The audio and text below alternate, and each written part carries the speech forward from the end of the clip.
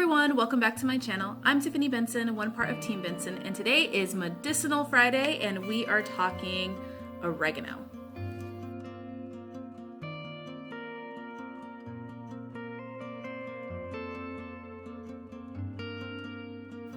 So if you guys are new here, I'm Tiffany. I own a small space desert garden in the beautiful sunny state of Arizona.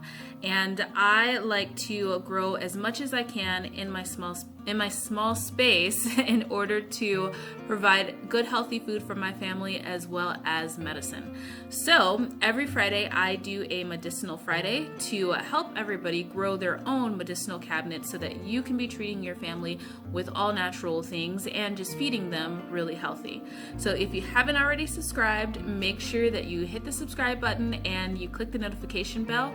We are getting so close to 3,000 subscribers, and once we hit 3,000 subscribers, guys, I am going to tell you guys our next giveaway, which is going to be a big one. We actually have a sponsor for it, and I'm pretty excited about it. But let's talk oregano. So guys, on the list of herbs that can be used as medicinal herbs, which all herbs pretty much can be used as medicinal herbs, like all culinary herbs, it's just the difference in dosage that you use them for. But I think that oregano is always pretty underestimated. It is a great, powerful little herb, and it can do a lot, which is what we're going to talk about today. But first, I want to take you outside to my culinary bed so that you can see how my oregano is growing like a crazy weed. Alright guys, so this is my massive culinary herb box. We're going to be going through a lot of these culinary herbs because they are also medicinal herbs too as well. It just depends on the dosage. So today's video we are doing the oregano, and so we're going to bypass all of the sweet marjoram and just look at how the oregano is growing. Now the oregano, it will start low to the ground as like a bush and kind of spread out until it starts to get warmer. And then when it starts to get warmer, it is going to pop up and kind of turn into like a little giant bush, and it's going to want to start flowering. So that is usually when I typically pick all of my oregano so that I can dry it. I don't like fresh oregano, so I always wait till it gets to about this state and then I start picking it, and then I dry it, and then I can use it for medicinal purposes or for cooking. Now the same thing as when we were in last week's video picking the catnip. If you want to keep your oregano going, then you want to make sure that you're picking it right above a set of new leaves. And as you can see, these are the new leaves. I would pick this right above. So I'm going to cut mine back. So I'm going to find the last set of new leaves on each one of these, and then I'm going to pick that. So then I can get this drying. Alright guys, so I also wanted to come back and show you what it looked like once I trimmed it all down. Now I took it down to its last set of leaves on each strand, and as you can see, we are starting to get a lot of dead leaves in here. Now, oregano isn't something that's going to love the Arizona summers, so right now is the time for you to get as much oregano as you possibly can to dry. We got a pretty decent amount today that I'm going to dry and add it to the ones that I've already started trimming this plant off and letting it grow out and drying it throughout the winter and the spring. So the springtime is going to be when it really grows, so start making sure you keep up with your trimming so that you don't get any dead or dying leaves. I was a little bit late with this one. And watering wise, just keep it watered.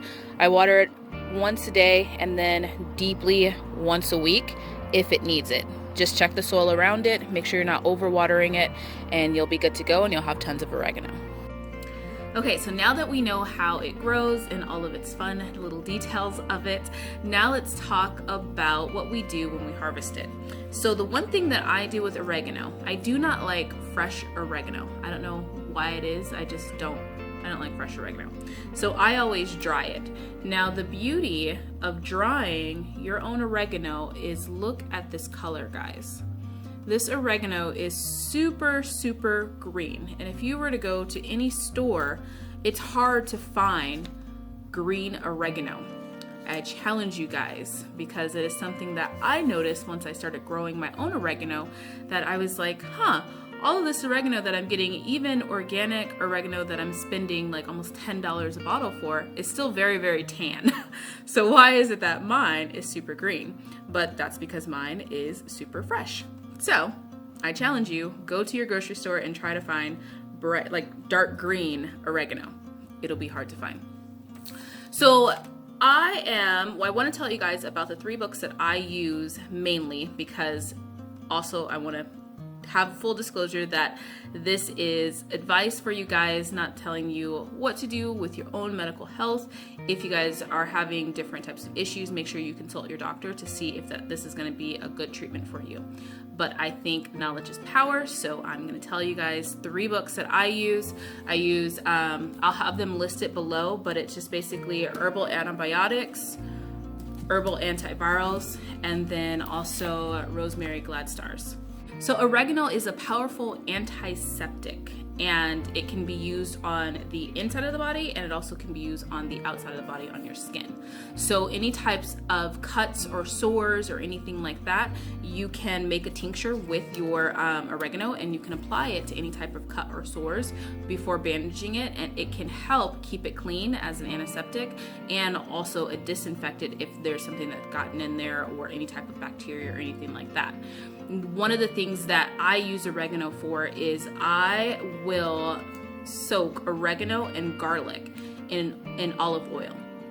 And then whenever it's flu or cold season, or if somebody has sniffles or a sore throat, when I make them my powerful chicken noodle soup, then I also have a little side of fresh bread that we can then dip the oregano garlic oil in. And that garlic and that oregano in the olive oil really does a lot to coat the throat, and to also make sure that any little scratches or cuts that you have in your throat from coughing or from like dry heaving or vomiting or anything like that are getting disinfected. So it's a powerful little thing that I like to mix with a lot of different stuff. So another thing that I like to use oregano for is an ingredient for my asthma tea. So I use a couple of different things, which I will do a whole video if you guys want on what I use for my asthma and what kind of tea I make, but oregano is a big part of that. It does help to control the inflammation in the lungs and in the bronchial tubes, and kind of helps again with any type of scratching or cuts that are in your throat from coughing or trying to breathe. So it does a lot to help with that. The other thing that you can use it for is my cramp tea. So for you ladies, when it's that time of the month and you are having cramping, oregano can be added to a tea in order to help calm down your cramps. It can also help with diarrhea, it can help with indigestion, and it's really, really great, as I said, with helping with colds.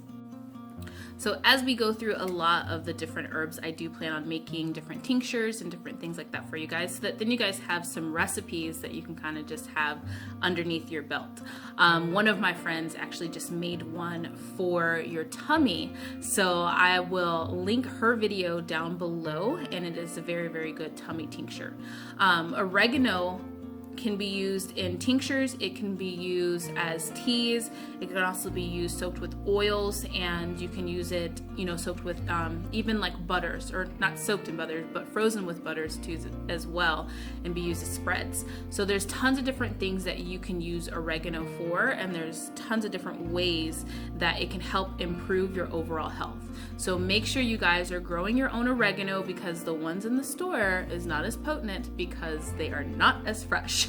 Once again, I dare you guys, go to your local grocery store and see the color of oregano. It is crazy.